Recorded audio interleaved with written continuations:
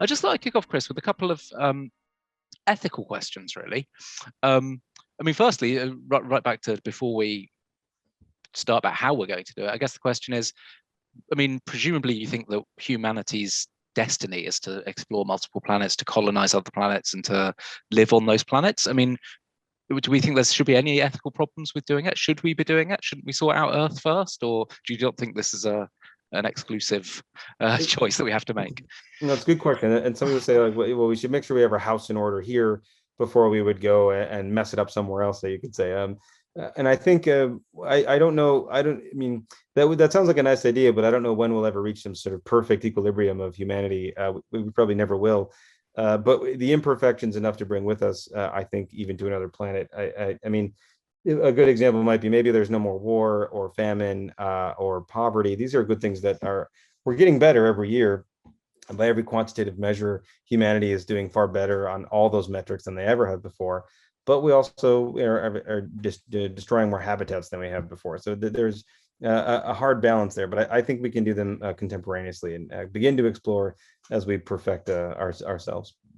And just off the back of that kind of ethical question, I guess the next ethical question, King Yang asked a sort of similar question about CRISPR and technologies and different genetic and epigenetic CRISPR technologies. Are there would you say there's an ethical difference between sort of doing epigenetic CRISPR rather than sort of, you know, the sort of slides that you showed sort of about a third of the way through the talk? I mean, because you're sort of switching stuff on and off, but you're not sort of changing it in that sense. Do you think that's kind of less ethically problematic? Yes, in that case, there's probably almost zero, because it's really just like taking, if it really is, as again, assuming it has no long-term effects, no other off-target effects, no other problems, which it might, but assuming it really is a transient modification of existing gene elements in your genome, it should be no ethical quandary. It's just like taking an aspirin. It would come on, it would go, or taking a drug that dissipates. And so, again, assuming that we can do it correctly, but we're doing it already in my lab now, and other labs are doing it as well. So it really opens an interesting sort of exquisite control and even really ethically non-problematic direction. AC had a suggestion, which was make astronauts with more P53 copies, like elephants who have 10. I just wondered if you could explain also what P53 is and why we'd want to have more of it in our genome. So I kind of went through it quickly, but basically it's often called the guardian of the genome because it scans your DNA to look for broken DNA. Has other functions as well, but is as often, out there to try and keep your DNA safe. And so if you have more copies of it, it sounds like it'd be a good idea. But if you add too much P53, is the name of the protein, it actually can be bad for your cells. And so it's like anything in life. You don't want too much of a good thing. It can actually make the cells worse off. But if you have enough of it and it's well regulated, it actually seems to lower your risk of cancer, at least in elephants, and seems to have some function in human cells. So, maybe we give them like a temporary boost. It doesn't have to be a gene per se. It could be a therapeutic that you purify and then inject in just for the trip, and when you get back. So, I think these are intriguing applications of lessons learned by other species. Jordan asks, do you think we could genetically engineer an ecosystem capable of surviving on present-day Mars? But I also think, could you engineer an astronaut capable of surviving on present-day Mars? Or do you think that it's just too cold and you're always going to need a spacesuit and you're always going to need protection? Yeah, in reverse order, like I think an astronaut right now, it's just too cold. Eventually we need to build up an atmosphere. The atmosphere, there's only 1% of ours. It's just too cold, too thin of an air. One good thing is you don't need as thick of a spacesuit because at least there is some atmosphere, but it is still really cold. In terms of the ecosystem, though, there are multiple plans to build, biomes or these small bubbles that will make it such that you can actually, create an atmosphere that's shielded, that has almost like a plexiglass or a shielded glass that keeps it warm enough, keeps it protected from the UV light and the radiation, because it has no atmosphere really to defend against that. So if it's in a dome, it's possible, or the idea is to build under like sort of lava tunnels or these underground areas of Mars. So you have some built-in protection above you from the rock is also what's being worked on right now. So you could sort of have geothermal heat, geothermal power that would kind of keep you going in your sort of Mars colony. Yes, and the protection. So the rock will protect you from some of the radiation too. So both of which will probably be needed. And I don't know if this is Gabriel or Gabrielle, but they ask, when will transport evolve enough to reach these planets within a lifetime? Because obviously a lot of the things you're talking about are such a long time for us to travel. So how, I mean, I've never really thought about this, but how can you increase the speed of space travel without just using a lot of fuel, I guess, or clever slingshot orbits, or how would you do that? Yeah, you can do slingshots. You can, if there is a fusion drive that gets created, that would be, would give you a lot more speed, obviously. So that would be great. But I'm assuming that doesn't happen. The other way is even antimatter engines. I talk about a little bit of some of the options in the book, but if you assume none of those happen, you will just have to use a mixture of slingshot propulsion methods, or just there's even solar sails that could try and get a boost, but once you get too far from the sun, they won't matter as well. So it does limit it a little bit in terms of the propulsion methods.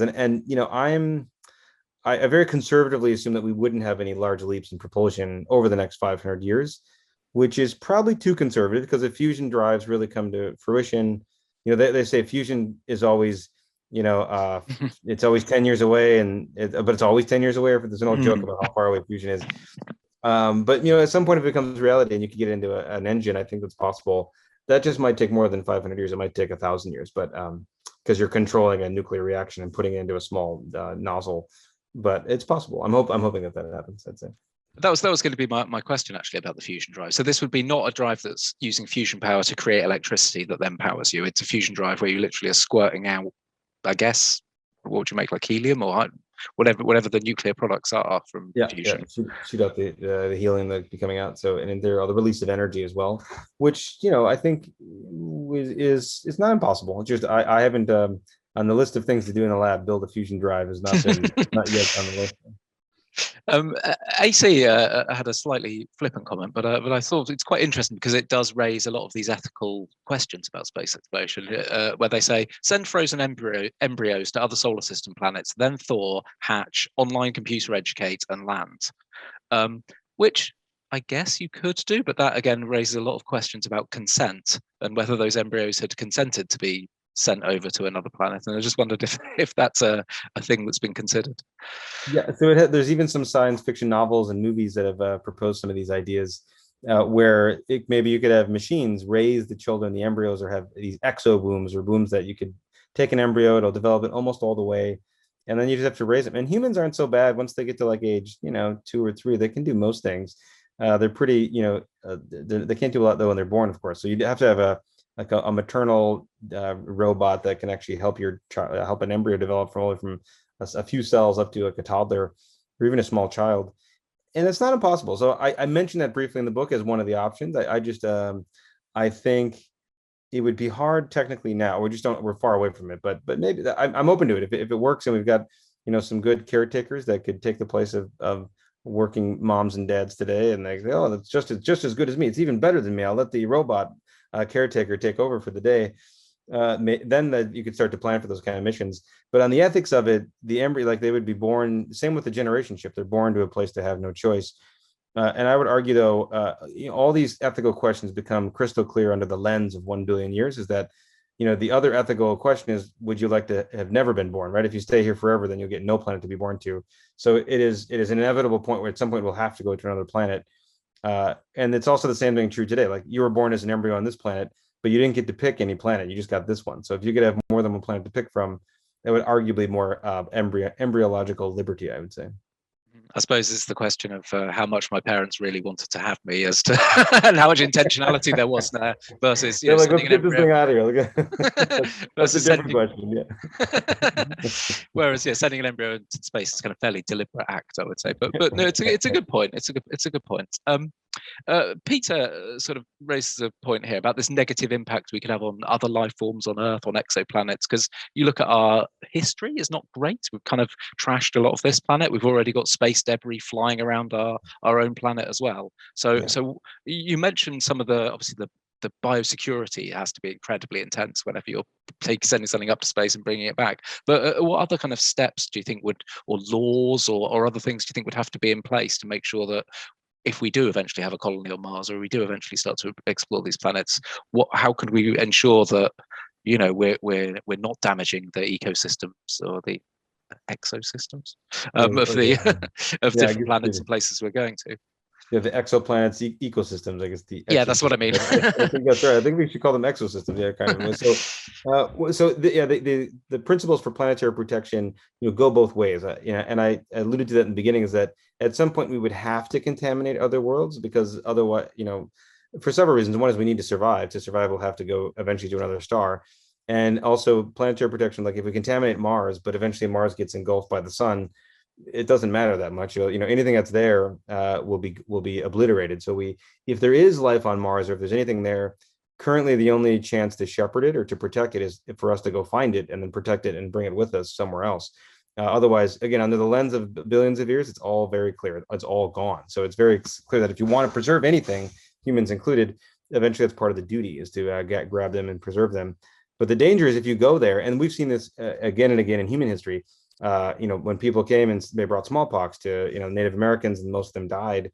We know that's just within humans. So you can imagine there's many movies about a Martian virus destroying humanity or aliens attacking humanity. But it's a real threat, is that there could be some biological agent that is completely incompatible with human life and immediately destroys many humans. This has become very put in stark relief with the COVID-19 pandemic, that we know that it can happen. And the world has never been more connected than it is now. So it's something that could really rapidly wash through humanity and be a grave threat. And the inverse is true. We could go to Mars and suddenly we find thousands of amazing species that we just discovered, but then something we brought with us completely destroys them all. So it's a big risk. And so in both cases, the landing sites would be pretty well contained as best as we can. Anything that we bring back to Earth will be put into an upgraded facility, what's being called now as a BSL-5 potentially, where it's not just a BSL-4 lab, which is contained air and environment, but also then like a town on top of that that's also containing the lab itself. So just in case, only everyone in that town dies if something really bad happens, but not everyone in the world dies or something. So there are interesting discussions, but we have until 2032 to figure that out, I guess, for at least for the Mars samples. And the lunar rocks are kept actually in Houston. They're not as well protected as you might like. But the moon is pretty inert from what we see. There's never been evidence of life there or even liquid water. So it seems low risk, but Mars definitely had flowing water. From everything we can tell, it still has frozen water. And so there's a chance there.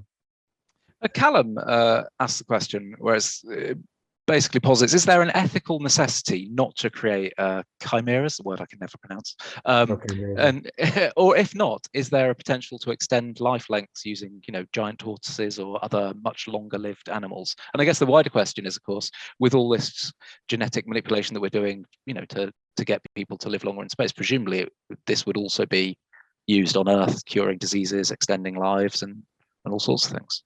Yep, it would be. So I think there's, longevity is a harder question. Even though I write about 500 years, I actually presume that I'll be dead at the normal age of somewhere between 75 and 95, maybe longer. But I presume my lifespan is going to be in that range. I have no reason to think otherwise. The maximum lifespan is still 126. Many people are living longer than ever before, but the maximum lifespan has not changed in about 40 years. And so, I think, and that's okay. Actually, recognition of mortality is one of the most liberating things you can do, because then it allows you to think about what can I do for people that come after me. So I'm okay with that. But the longevity genes, we can maybe get another 20 or 50 years into human lifespan from the lessons learned from other creatures. The same way we apply lessons to survive in space, I think to your point, we could make chimeras or take lessons of longevity from other creatures. It's very possible. Actually, David Sinclair recently wrote a book called Lifespan that addressed some of these same questions of what else could we change, either pharmacologically or biologically, to live longer. And there's plenty of good examples and possibilities, but the ethical, and that's actually one of the reasons I put in and described in the book, is an ethical framework has to include not just the therapy or just the impact on a patient, but what does it do to the family? What does it do to society, the economy? Like really the broader impact of any therapy should be considered under that broader view. And I think when you do that, it makes it such that if everyone lived another 30 years, we'd have to figure out some other compensatory way to adjust who's living 30 years longer. It's probably going to be the rich people. And what are they doing with that time? Quite frankly, are they just, sitting in a pool and just drinking margaritas, which sounds lovely.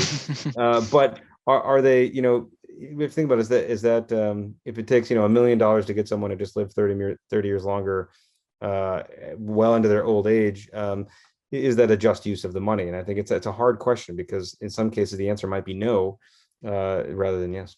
And it's interesting you mentioned money there, because Peter in the comments was saying, isn't genetic engineering the preserve of the rich? And actually, all of this technology, you presume, I mean, I guess like any future and expensive technology is going to be used by rich people and billionaires first to extend their life. But do you think there's some kind of consideration there about making this technology, like you say, sort of just and available to a larger amount of people, or to be spent differently if you can cure 100 people with the same amount of money as it would take to cure one with? Yeah, and this is, insurance agencies wrestle with this problem all the time. National health systems wrestle with this all the time. I think everything the UK has got it right. You have a national health system, which I know everyone loves to make fun of, but it makes it possible that you could, in theory, in a just and equitable way, distribute resources. And even there's always inequities, there's always inequalities, because no system is perfect, but at least it's closer to it. I think much more so than, say, the US system, which is, if these technologies were deployed, I can almost guarantee it would all go towards the rich and the wealthy, who would benefit the most. Because it's true today. I think, barring a restructuring of the healthcare system in the US and other countries, it would become a healthcare for the rich, or life advancements and longevity advancements for the rich, before it would go to the general public.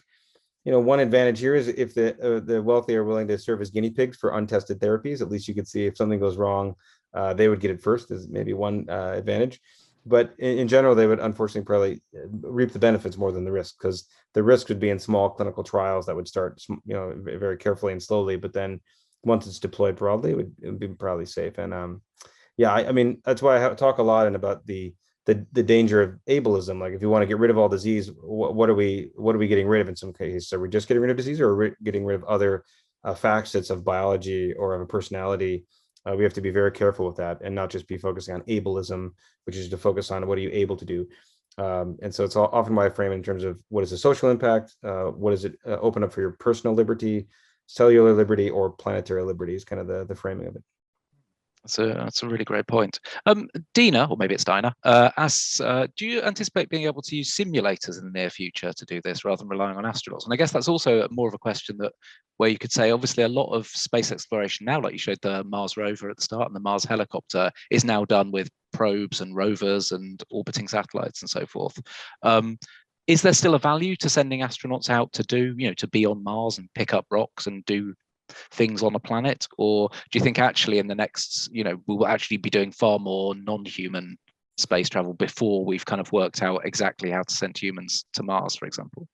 It's a really good question. I think we'll definitely want both, and the proportion of both will probably continue the way it has been, where we send probes and robots first, just in case there's massive radiation or big unexpected surprises. And the other reason is because human bodies are pretty frail, as I just showed you. They're very plastic and adaptive, but they are quite frail. Hence the idea of, can we modify them or give them some tweaks that make them better chances of surviving? But I also think there's a lot more integration of cybernetic technologies into humans that's been happening. So you could imagine much more of a back and forth system of the robots, or even the AI platforms. Like, there's a lot of Amazon Echoes or Alexa systems, or Hey Siri, the Google systems. What's interesting is, I think 6 or 7 years ago, it seemed like a far concept to have like a robot like in Space Odyssey 2001 or something, where you could talk to a computer.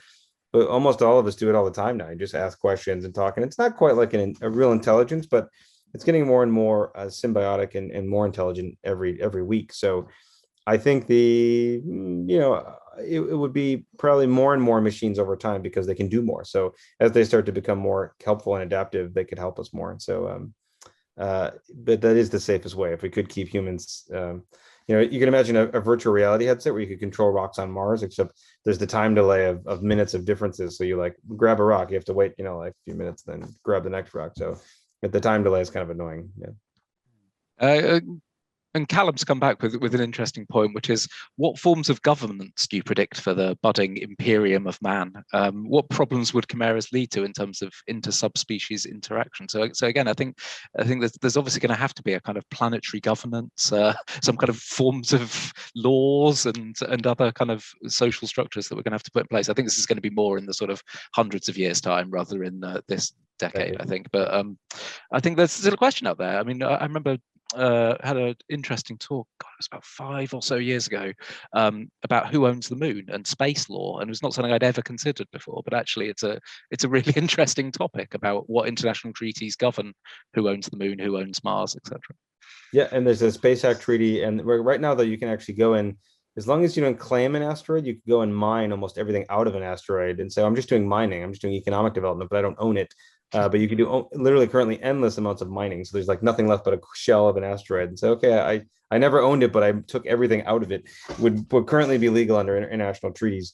So there's actually a week every year. There's something called Harvard Space Law Week, and they have a whole week on space law, which is a very specific kind of law, right? But it's very interesting. And when you get to Mars and the moon, I mean, through all of human history, anytime humans have gone somewhere else, eventually they've wanted their own ability to self-govern. So I think we should not pretend that they won't. They probably will. So plan in advance to enable autonomy as soon as possible for some of the new settlements. And even the word colony is being put under disfavor because there's such a lot of baggage with the term colony. Even settlement has its own issues as a word. But wherever the place is where people are exploring, eventually they will want and should have autonomy. And the government will probably be some version of a democracy, I would guess, based on work from Francis Fukuyama. He argues that a socialist democracy or democracy are the most stable forms of government that satisfy the populace the most in terms of, he addressed this question in a book called The End of History and the Last Man. The simple question is, what is the best way to govern humans? What's the best thing for them that satisfies some of their innate needs and also structural goals of society? And how do you have something that satisfies all of Maslow's hierarchy of needs? Another person who's written a lot about this. And I think if you have, so that's my guess. There could be some new form of government that starts 20 years from now that's even better than representative democracy, maybe. But for now, my vote is on something like democracy. I mean, you get weird politicians that come and go, but in general, it seems to be a reasonable bet for a good, stable political medium. So you think this could be safely, what am I trying to say here? So you think that the colonization of, say, Mars could safely happen without there being a Martian war of independence where they throw all our tea into space or whatever? Right. I hope so. I think it's because if we pretend that it won't happen, it probably would like there would be some push for autonomy. If we say our goal is to get you as autonomous as soon as possible, the paper I mentioned, I put in the slides about the case for biotech on Mars and for autonomy on Mars is a key point of that paper is if we plan for it, hopefully there won't be a big Martian war, which would be really annoying, I think. Yeah. Just before you go, I just had a few questions of my own just before we wrap up. Yeah. I guess what I wanted to ask is obviously you've worked a lot with NASA, and we've obviously featured quite a few talks from people with NASA over my years at the RI because they're always very popular and the research NASA does is amazing. But I guess I wanted to ask, how is it that all the talks I've had from people from NASA are always really well presented. You're always really sort of bright and really keen and really great speakers. And I just wonder, is that something that NASA looks for in when it's selecting people? Because I know obviously if you're selecting someone to go up to the International Space Station, they've got to be pretty chill. They've got to be really easy, friendly, good to get on with, don't cause any, arguments or anything. But I just wonder, does NASA look for that kind of personality type across its kind of its activities? Because you all seem to be very relaxed and chill people. I think the short answer is yes. I mean, we have a number of a good number of projects with NASA, and I'd say because it's a collaboration type between Cornell and NASA for all these projects. But they do, it's definitely for the astronauts. You have to be a cool customer, cool as a cucumber. At least on the surface. What's interesting is we've looked at enough astronaut data is that even if some people are very cool on the surface, you can see cortisol levels and their markers of their blood really spiking. So even if they're fine on the surface, their body is rapidly in distress. But other astronauts are very, like cortisol levels, inflammation markers, that once they get up into space, they're very fine. They're just no problem. It's because you need to be a good team player and work under a high stress environment for long periods of time. So it requires people that are calm and focused on the mission at hand.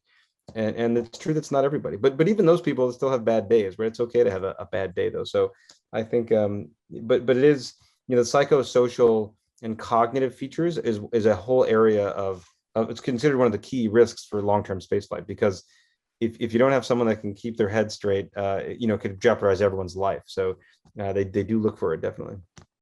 Yeah, it's because with spending years on a spacecraft traveling somewhere, you're going to want someone who's not going to cause a fuss or generally what was I going to say? Cause a disruption to your happy space flights.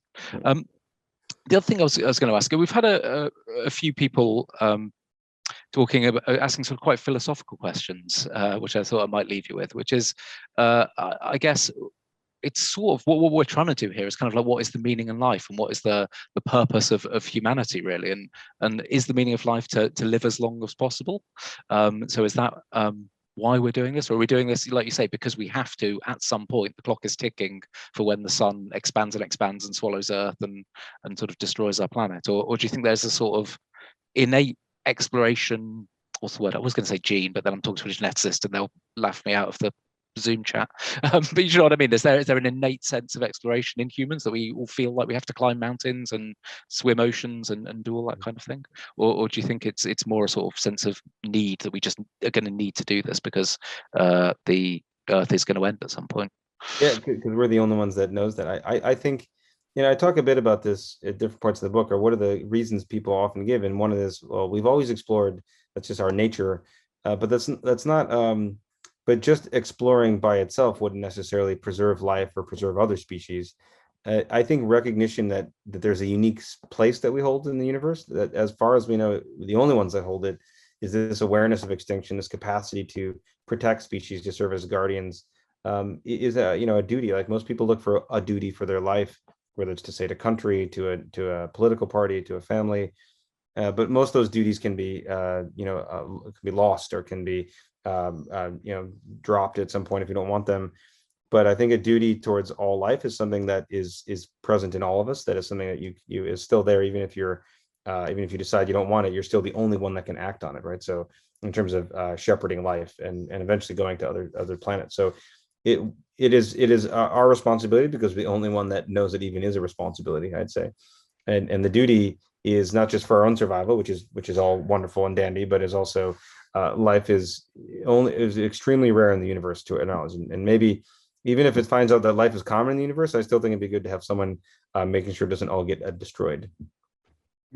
And just before we go, someone's asked specifically about your lab's work on CRISPR and epigenetic CRISPR. What is it exactly that you're currently working on in terms of sort of switching on and switching off things? Yeah, so one of them is using what's called a DCAS9, which is a deactivated Cas9, and then we attach it to something called, that's a TET enzyme, basically an enzyme that can basically, these different enzymes through their DNA methyltransfers that add methylation, or TET, which can take away methylation. So you can actually attach the machinery of CRISPR that has those guide RNAs that can target very specific loci, and then add ways that will add or take away those methylation marks I showed of turning genes on and then off. And doing this mostly right now in cells. So this is in cell culture, not in people yet, but we're launching soon a clinical trial also that try this for leukemia patients, where they have epigenetic changes that drive the cancer.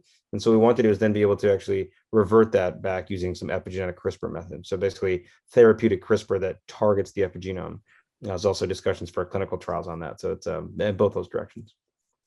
Wow, that sounds absolutely fascinating. We've sort of come to the end of the questions, I think, so I'll just draw this evening to a close. Just a reminder that the next 500 years is available today on launch day in all good bookshops and also on Amazon as well. So do make sure to check that out. Just before I go, just wanted to remind you that as always, anyone is welcome to become a member of the Royal Institution. You can join the great scientific heritage that goes back to Michael Faraday, and Einstein was a member. I'm a member, so they let anyone in, really. So if you do want to support our work, just check out our website, rogb.org, and you'll see the membership links at the top. Otherwise, if you have enjoyed tonight's talk and you haven't paid anything so far, then please do feel free to drop us £10 or whatever you can afford. It will be massively appreciated by everyone that works at the Royal Institution. Don't forget, we'll also be sending out a survey as well, which will read everything that you write and find out who you are and what you like, and try and bring you more talks that get you stimulated. Just before I go, Chris, is there anything else you'd like to plug? Are you on Twitter? If people want to find out more information, do you have a lab homepage or anything that people can look at? Oh, yes. I'll put in, I put at the very beginning, there's a Mason Lab is my Twitter handle. I'll put an Instagram, that's christopher.e.mason. And then masonlab.net is just for the lab homepage if you want to see anything.